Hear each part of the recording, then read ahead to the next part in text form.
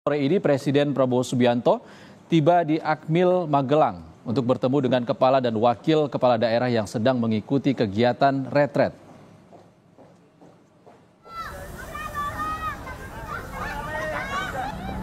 Rencananya usai tiba di Akmil Magelang, Presiden Prabowo akan memimpin parade senja bersama kepala daerah dan para menteri.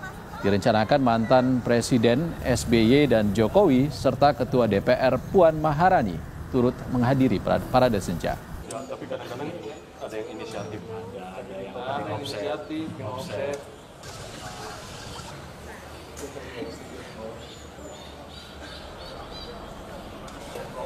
Iring-iringan kendaraan mobil Presiden ke-6 Republik Indonesia Susilo Bambang Yudhoyono melintasi gerbang Akademi Militer Magelang pukul 13.40 pada siang tadi.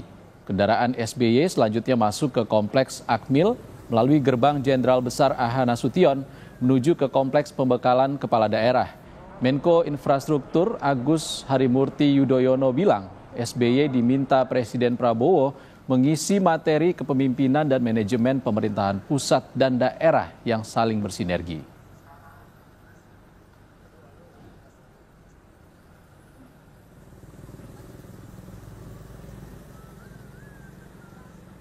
Baik, kita sapa jurnalis Kompas TV, Vida Alatas di Akmil Magelang untuk informasi terbaru dari sana. Selamat sore, Vida. Apakah Presiden Prabowo sudah tiba dan setibanya di sana apa yang akan dilakukan langsung? Ya, Ihsan dan juga saudara, hari ini Presiden Prabowo Subianto dijadwalkan untuk menghadiri parade senja. Ini adalah penghujung acara dari retret kepala daerah 2025 yang memang sebagai masa orientasi bagi para kepala daerah. Dan hari ini ada sebanyak 9 menteri dari kabinet Presiden Prabowo Subianto yang kemudian memberikan pemaparannya tidak hanya kepada kepala daerah tapi juga wakil kepala daerah. Salah satunya adalah Menteri Koordinator Infrastruktur dan juga Pembangunan Kewilayahan, ada Mas Ahaye di sini yang tadi juga sudah pada pukul 2 ya, Mas Ahaye, betul ya? Apa saja yang diberikan kepada para kepala daerah yang menjadi peserta? Iya, saya senang dan tentunya bangga karena bisa secara langsung menyapa para kepala daerah yang hari ini bukan hanya kepala daerah tapi juga para wakilnya di tingkat provinsi, kabupaten dan kota. Saya diminta untuk memberikan materi tentu terkait dengan infrastruktur dan pembangunan kewilayahan. Jadi saya ajak semua stakeholders dalam pembangunan infrastruktur ini, terutama para kepala daerah yang punya program dan juga anggaran agar semakin sinergis dan kita harus membangun kolaborasi yang erat antara pemerintah pusat dan pemerintah daerah. Kita ingin menyukseskan agenda prioritas dari Bapak Presiden Prabowo Subianto, di mana infrastruktur harus semakin berdampak pada pertumbuhan ekonomi dan juga kesejahteraan masyarakat. Pembangunan infrastruktur di daerah, apa yang kemudian tadi tentunya ada sesi diskusi biasanya ya, tanya jawab. Apa yang menjadi concern dari para kepala daerah terkait hal ini? Ya tentu setiap kepala daerah dalam janji atau dalam kampanyenya pasti diantaranya adalah terkait dengan infrastruktur. Karena kita paham bahwa kondisi infrastruktur, apakah jalan, jembatan, belum lagi bicara irigasi untuk sektor pertanian, dan yang lain-lain termasuk konektivitas yang meningkatkan mobilitas barang dan jasa, termasuk manusia, ini di sana-sini masih banyak tantangan. Terutama kita berbicara karena kondisi geografi Indonesia, banyak sekali pulaunya, masih ada yang sangat tertinggal dan lain-lain. Saya rasa para kepala daerah punya kepentingan untuk bisa menyegerakan pembangunan infrastruktur, tetapi saya ingatkan harus menyusun prioritas yang tepat sasaran. Tidak boleh infrastruktur demi infrastruktur, tetapi infrastruktur dibangun karena memang ada dampak langsung. Misalnya untuk mengentaskan kemiskinan, masyarakat yang harus hidup lebih baik lagi, perumahannya harus semakin sehat, sanitasinya semakin baik, sekolah-sekolah makin bagus, dan termasuk pelayanan kesehatan yang juga semakin dapat diakses oleh masyarakat luas, terutama masyarakat yang kurang mampu. Dan berbagai hal lain yang saya rasa penting bagi kita untuk menyelaraskan antara prioritas tapi juga ada keterbatasan sumber daya. Anggaran kita juga tentu ada batasnya. Oleh karena itu saya juga mengajak agar semua punya kreativitas, inovasi untuk mencari bentuk-bentuk kerjasama termasuk dengan pihak swasta, investasi hadir, baik dari dalam maupun luar negeri, pada akhirnya infrastruktur bisa terus berjalan. Inovasi dan juga kerjasama untuk kemudian mewujudkan infrastruktur yang kemudian dapat terbangun begitu ya secara cepat setelah ini. Selain itu, Pak Menteri, apa lagi yang kemudian disampaikan harapannya atau mungkin tugas dari Pak Menteri sendiri selain tadi infrastruktur yang tepat sasaran begitu ya, apalagi?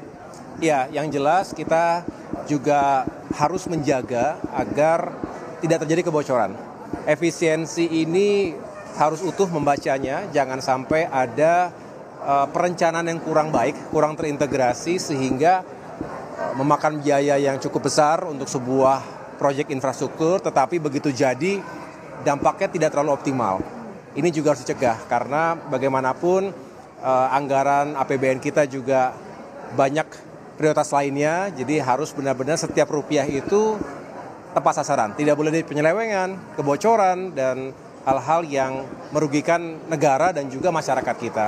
Jadi saya rasa para kepala daerah juga memiliki niat dan semangat yang sama. Kita harus saling mengingatkan, saling menjaga, dan sekali lagi sinergi dan kolaborasi yang baik. Tadi sudah banyak yang ingin bertemu dengan saya, artinya menyelaraskan program dan prioritas dari pusat dengan daerah ini juga harus dijalani dengan baik, begitu.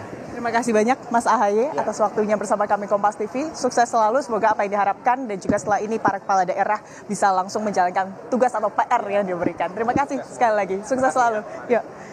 Itu tadi Ihsan dan juga saudara bagaimana pesan yang diberikan oleh Menteri Koordinator Infrastruktur dan juga Pembangunan Kewilayahan Agus Harimukti Yudhoyono kepada para kepala daerah dan juga wakil kepala daerah yang hari ini kemudian menjadi peserta pembekalan dalam retret kepala daerah di Magelang, Jawa Tengah. Dan saat ini Ihsan dan juga saudara, kami para kepala daerah ini masih menunggu kedatangan dari Presiden Prabowo Subianto yang rencananya nanti pada pukul 18 begitu ya, sekitar pukul 18 ini akan kemudian menjalani atau menghadiri parade senja yang kemudian tidak hanya Presiden Prabowo Subianto tapi juga ada sejumlah tamu undangan seperti mantan Presiden Republik Indonesia ke-5 Megawati Soekarno Putri, lalu juga ada mantan Presiden Republik Indonesia ke-6 Susilo Bambang Yudhoyono dan juga mantan Presiden Republik Indonesia ke-7 Presiden atau mantan Presiden Indonesia ke-7 Presiden Joko Widodo begitu ya. Ihsan. Fida, sempat ada penundaan di awal retret dari PDIP atas dinamika kasus hukum dari sekjennya. Bagaimana kehadiran kader PDIP yang jadi kepala daerah?